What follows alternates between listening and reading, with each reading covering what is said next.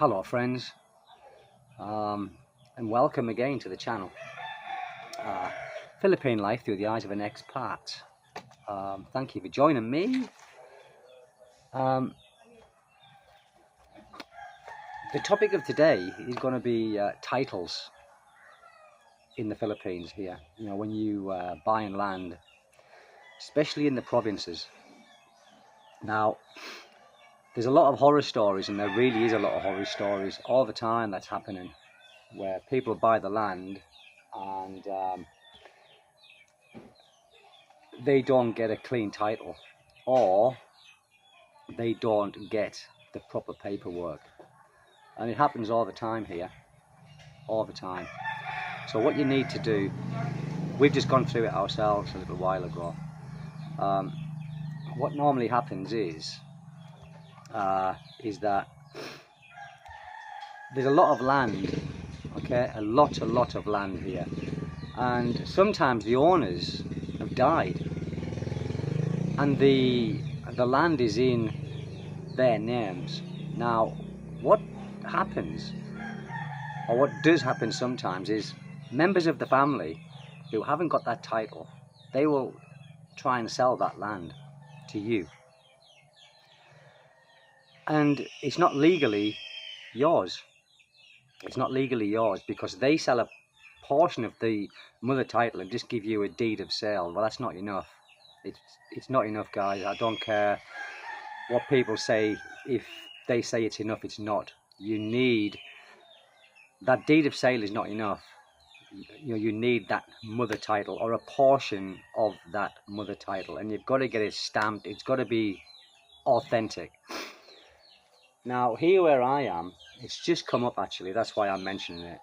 Further down from where we are, maybe 500 yards away, someone bought some land, and they paid the money for it. It wasn't even surveyed. So they bought a couple of 100 square meters, no survey. Now, many people here don't really care about that. The Filipinos especially. They don't care about this survey. So anyway, what happened was they went to get, they bought the land, they built the house, and they went to get a survey because they was planning on selling it. And they went to the surveyor, and they went through all of the land registries, and they said, we can't survey it. So they said, well, why not? And they said, because the land doesn't belong to the person who sold it to you, so we can't survey it. So they went somewhere else, the people, for a second opinion, and they went to see someone else, and again, the land apparently is owned by the bank, because what happened was the person who owned the land took a loan out on the land. Well, she died, and the bank has all the paperwork. They have the paperwork. So I just said to the guy, because he speaks pretty good English, I only saw him yesterday, and he was telling me about it, because he said, have you got your land surveyed? I said, yeah, we didn't buy it without getting the survey done already, and we had the paperwork done properly, and we went to an attorney, and it was all drawn up. So I said, have you bought that land and there's no survey? He said, it doesn't even belong to the person who we bought it off. The land belongs to the bank because the person didn't pay the money. Now, I don't know exactly what's going to happen about that, but he's certainly not in a good stead. He hasn't got really a leg to stand on, because he's bought land from hearsay that the land belonged to this person, and it didn't. So it's just something to mull over, guys. If you're buying land, make sure you get that clean, or a portion of a mother title. A deed of sale is not enough, because the guy's got a deed of sale. And also, he went to pay, because when we bought this, the person who we bought it off didn't pay the land taxes for 40 years. So there was no land tax paid. Now, we went to pay the land tax, and they never told us it was 40 years in arrears. But we haven't got that much land anyway, and we had to pay it all up to date. So we paid it all up to date, And it didn't cost a lot. I think here it's only around about 300 pesos a year, the land tax. But that's normally a telltale sign as well, you know. But make sure, guys, you get, you know, before you buy anything land-wise. Might be a bit different in the cities, I don't know, but here in the provinces where I am, we was going to buy some land from somebody else at first. This is a true story. And the person who was going to sell us the land, my wife's friend happened to know the sister of the person who was trying to sell us the land. So my wife said, hold on, Steve, you know, before we jump into this, we'll just find out if this person owns the land. So my wife got the phone number from the sister, and she phoned and says, no, don't you buy that land. That land's mine. And she was in, she moved to Canada, and her husband died. He was a Canadian, and she moved back, but she doesn't live here. She lives in Cebu. So she was contacted by my wife, and she said, no, don't you buy that land. But that just goes to show you what happens here. Many of the family try and sell land what doesn't belong to them. And it happens quite a lot. I've heard some stories here, guys, really I have. It's not just the guy down the road, but there is many stories where it has happened. And you haven't got a leg to stand on, guys. It doesn't matter, you know. And let's just say, you know, this guy down here, you know, he can't get a survey done, so he can never sell the place. And if the bank decides to take the land back, what's he going to do? The person who he gave the money to when he bought the land, he's never going to get his money back from her.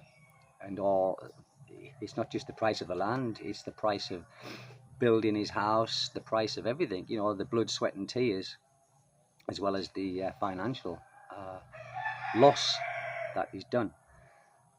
So it's just something to think about. When you buy land here, make sure it's legal and it's above board and everything is in order, the paperwork is in order. It doesn't matter if the taxes is backdated, it doesn't matter, because it doesn't cost a lot to update those taxes. And we pay our taxes every year, and as I said, it's only about 300 pesos a year for what we've got here.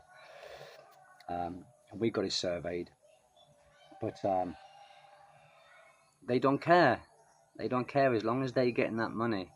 Some people, you know, have a bit more scruples, you know, and they've got a bit more pride in themselves, you know, and a conscience. But many people haven't. Many people haven't. But it's very difficult once you pay that money and you built your house and then you find out that it's not all above board, you'll not get your money back. There's another foreigner that I know, actually, and he lives 10, 15 kilometers away, and he bought his land, bought 300 square meters, and he bought it from the neighbor where he lives. And again, he got paperwork, but it wasn't the paperwork that said that the house was his. He got a deed of sale, but there's no stamp. There is no mother title. There is no title to the land.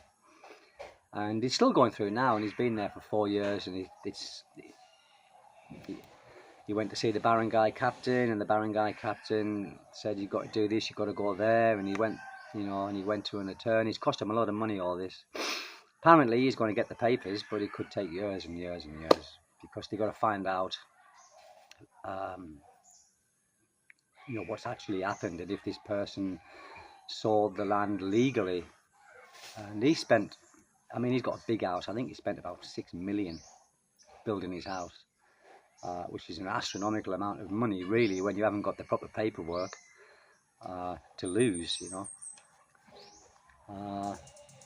So that's it, guys, really, you know, just don't take things for face value when you're buying land here. The best thing to do is to make sure you have that clean title first. You get the clean title, you go to an attorney, you get it all done, and it's surveyed, then, you know, it's happy days.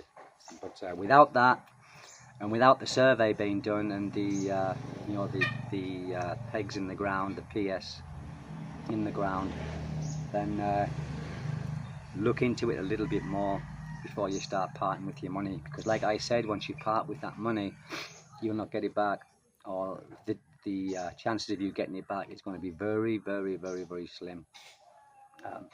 And it mainly happens you know, here in the provinces, because there's so much land and no one knows who it belongs to. You know, the original owners could have died, so it's passed on to their sons and daughters who might live abroad, or they might live in a different part of the Philippines, and they don't even know what's happening with the land. So people sell the land and people buy it and people build houses.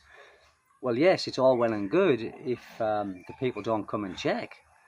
But if they did and they see that their land's being sold and there is buildings on that land, what are they going to do? How would they feel? I know how I would feel, and I know what I would probably do. But it happens, guys, it happens. And it happens more than you think. It happens more than you think.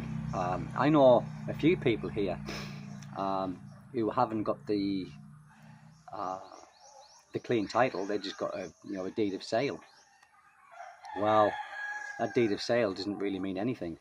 But they've been here for years and years and never had any problems. But it only takes that one time when someone comes out and said, "Hold on, what's all these houses doing on my land?" You know, when the original people who sold it to the buyers who's built the houses weren't meant to sell it.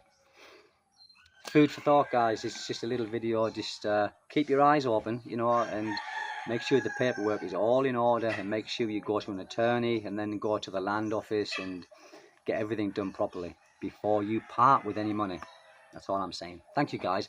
Subscribe to the channel if you like the video. And my dog's just come to see me. And you. What are you doing, Jackie? And share the video, guys. You know, let as many people know as you can, really.